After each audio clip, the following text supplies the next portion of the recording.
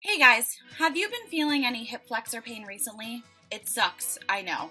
So that's why today you're going to learn what's causing your hip flexor pain or tightness while running or jumping or squatting or doing any other activities, and you're going to learn how to prevent it and keep it from happening in the future. Okay, so what if I told you that there is a muscle? In fact, it's your body's most powerful and primal muscle that you've probably never heard of. Let alone you've probably never learned that it's responsible for the hip flexor pain that you're feeling right now. The muscle I'm talking about is called the psoas muscle. So when this muscle is out of balance or too tight, your hip flexors tighten up. And as a result, then you're feeling pain in your hip flexors because the root of the hip flexor pain is tight hip flexors. By the way, there's a really good ebook on this topic called Unlock Your Hip Flexors. I will leave a link in the description below for you to check it out yourself. There's a ton of free helpful information that's really worth reading. Okay, so the number one thing that causes hip flexor pain is actually sitting. Yeah, I know it sounds simple, but think about it.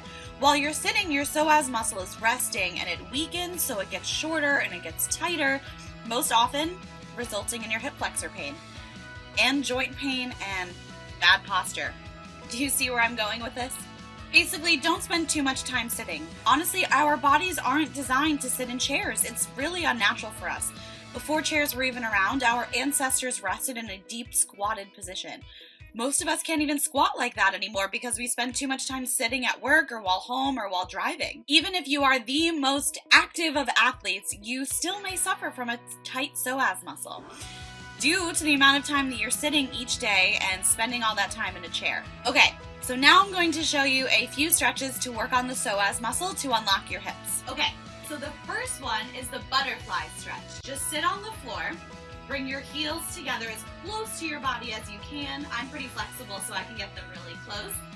And try to open your toes like a book. Lean forward, but make sure your body stays straight so you're not hunching over like this. So you want to lean over your heels, and once you feel that stretch, you want to leave it there for about 30 seconds. So just relax and repeat. The second one is a simple lunge stretch. So position yourself with one leg forward, resting on the knee of the back leg, and gently lower your hips downwards and forwards and hold that position. So lean forward.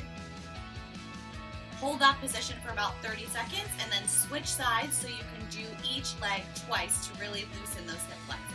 The final stretch, the third stretch, is called the knee to chest stretch. So simply just lie on the floor with both legs extended and then pull your right knee into your chest and hold it while your left leg is pressed to the floor.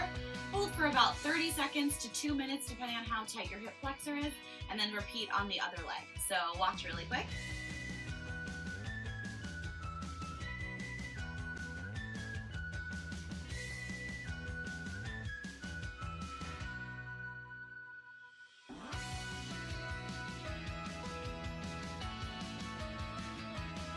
Doing these stretches consistently will help reduce tension and pain in your hip flexors as well as strengthen that psoas muscle over time. So again, there's a really, really good ebook that I would highly recommend. It's all about hip flexors and pain.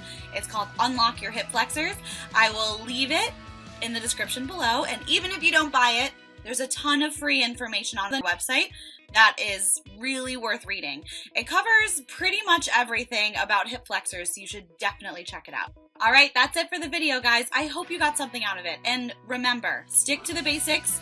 Don't make it harder than it needs to be. Avoid sitting for long periods of time and do these stretches consistently, and you should see some results in no time. See ya.